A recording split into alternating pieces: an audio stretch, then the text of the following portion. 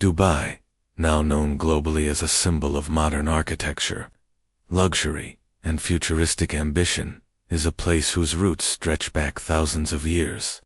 Long before the gleaming skyscrapers and the bustling international airport, archaeological excavations reveal that the land which would one day become Dubai was inhabited as far back as the Bronze Age, around 3000 BCE, when small communities settled in what is today the broader United Arab Emirates region. These early inhabitants were drawn to the coast of the Arabian Gulf for its abundance of marine resources, fertile patches of land in oases, and its strategic location along emerging trade routes that connected Mesopotamia, the Indus Valley, and the Arabian interior. Evidence of stone tools, pottery, and burial sites from the Bronze and Iron Ages suggests that the area was not only settled, but also integrated into early networks of trade and cultural exchange.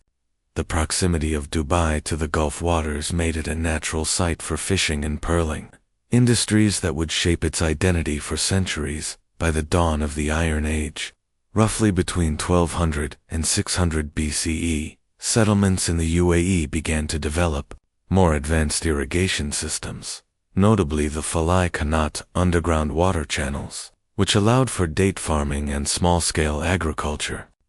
This innovation was crucial in sustaining communities in the harsh desert environment, and Dubai's surrounding lands likely benefited from this agricultural progress. Yet the coastline remained primarily maritime in its orientation, with seafaring, fishing, and trade being the dominant activities. The Gulf was an essential waterway, and Dubai's location on its southeastern shore gave it significance.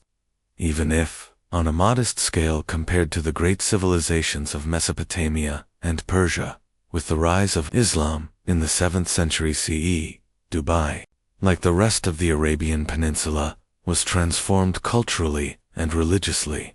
The tribes in the region embraced Islam, connecting them spiritually and politically to the broader Islamic world. The spread of Islam brought new systems of law, trade ethics, and scholarship, and Dubai became part of an interconnected Islamic civilization that stretched from Spain to India. The Arabian Gulf, lying at the crossroads of this vast Islamic world, thrived as a maritime corridor.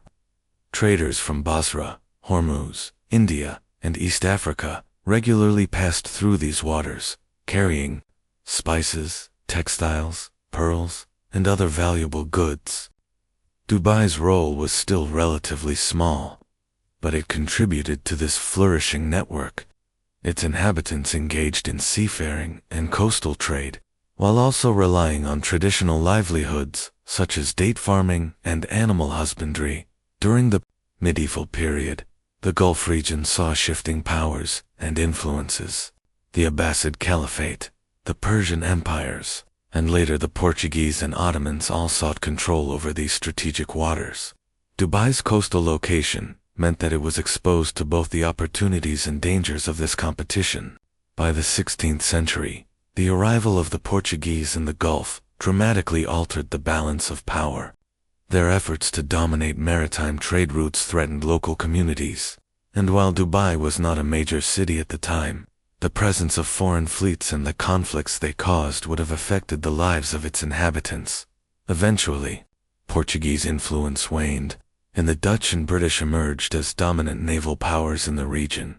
The 18th century marked a pivotal shift in Dubai's history, as new tribal dynamics laid the foundations for its modern identity.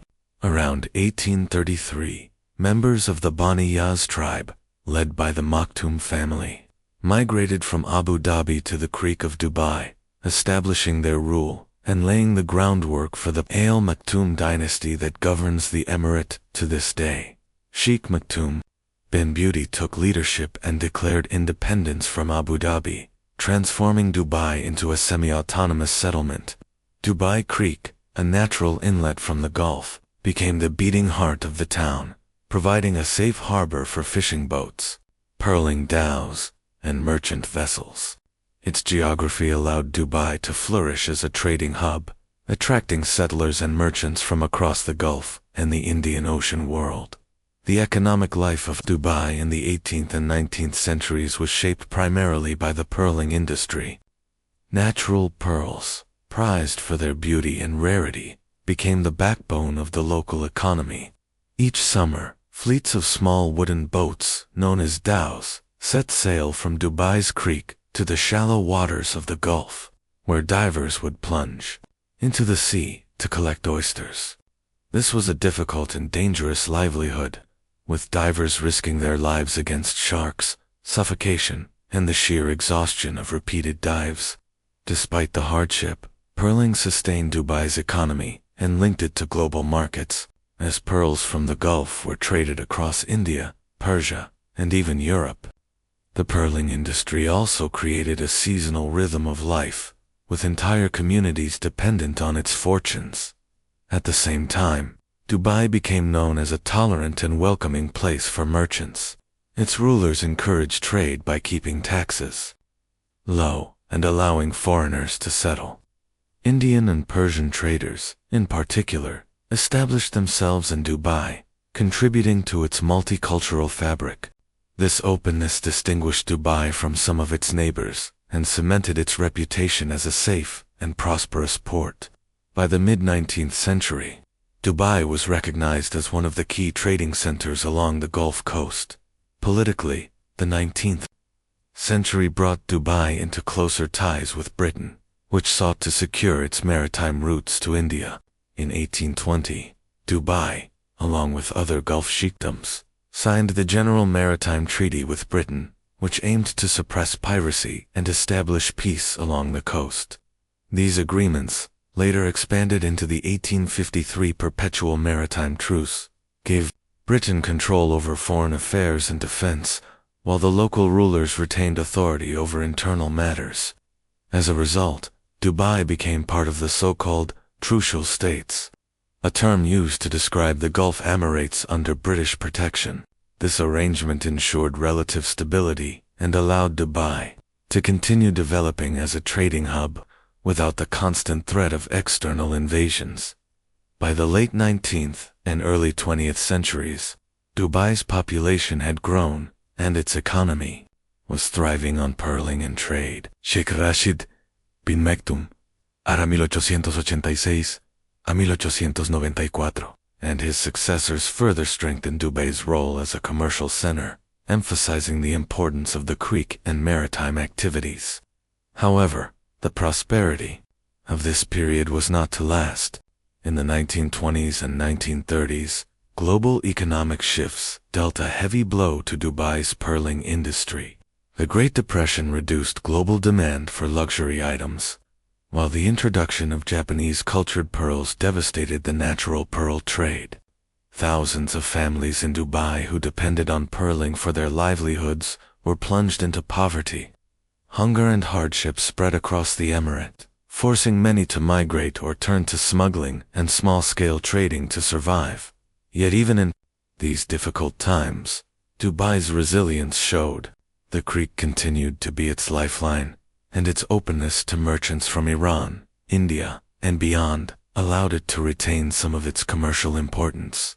The arrival of Indian traders, particularly from Gujarat, brought new business opportunities, and Dubai's souk became bustling centers for textiles, spices, and gold. While the emirate was small, with a population of only a few tens of thousands, it maintained its character as a cosmopolitan trading town, open to new ideas and influences. Part 2. The years leading into the mid-20th century were difficult for Dubai, as the collapse of the pearling trade had deprived the emirate of its main economic engine. The once prosperous fleets of dhows that had crowded Dubai Creek during the summer diving season dwindled dramatically. Many families who had depended on the industry were left in poverty. Some turned to fishing and subsistence farming in the arid hinterland, while others relied on small-scale trading or migrated elsewhere in search of work. Yet Dubai's strategic position continued to give it an edge, and its rulers, most notably Sheikh Saeed bin Maktoum al Maktoum, who governed from 1912 until 1958, steered the emirate through these hard times with cautious pragmatism. Sheikh Saeed maintained Dubai's reputation as a free and open port, keeping tariffs low and encouraging merchants from India, Persia, and beyond to continue using Dubai as a base for their activities. The gold trade flourished during this period, as traders from India and the Gulf used Dubai as a re-export hub. Smuggling too became a lifeline, particularly during the Second World War, when shortages created high demand for goods that could be discreetly moved across the Gulf.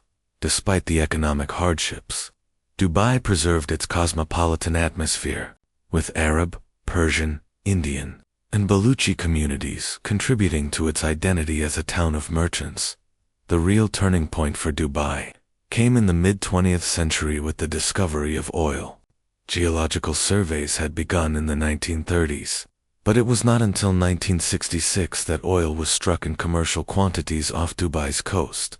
Though Dubai's reserves were modest compared to neighboring Abu Dhabi, the discovery nonetheless transformed the Emirates' prospects. Sheikh Rashid bin Saeed Al Maktoum, who succeeded his father, Sheikh Saeed, in 1958, was quick to realize that oil revenue could provide the foundation for rapid modernization. Yet, crucially, he also understood that Dubai's oil wealth was limited and would not sustain the emirate indefinitely. This awareness shaped his visionary strategy: to use oil as a springboard to build infrastructure, diversify the economy, and turn Dubai into a hub for trade, transport, and services. One of Sheikh Rashid's first priorities was infrastructure. In 1960, even before the discovery of oil, Dubai had opened its first airport, a small airstrip, with modest facilities, but, under his leadership, it was expanded into an international hub. The dredging of Dubai Creek, completed in the late 1960s with the help of loans and oil revenues, was another masterstroke. The creek had always been Dubai's lifeline, but it had become shallow and clogged with silt, limiting its capacity for larger ships. By deepening and widening the creek, Sheikh Rashid ensured that Dubai could handle bigger vessels, thereby cementing its role as a Gulf trading hub at a time when other regional ports were faltering. Sheikh Rashid also invested in modern roads, electricity, schools, and hospitals, transforming Dubai from a small town of Barasti, palm frond houses, into a modern city. New housing developments, government buildings, and markets were constructed, giving the city a new skyline. His administration encouraged private enterprise, allowing merchants and expatriates to thrive with minimal restrictions.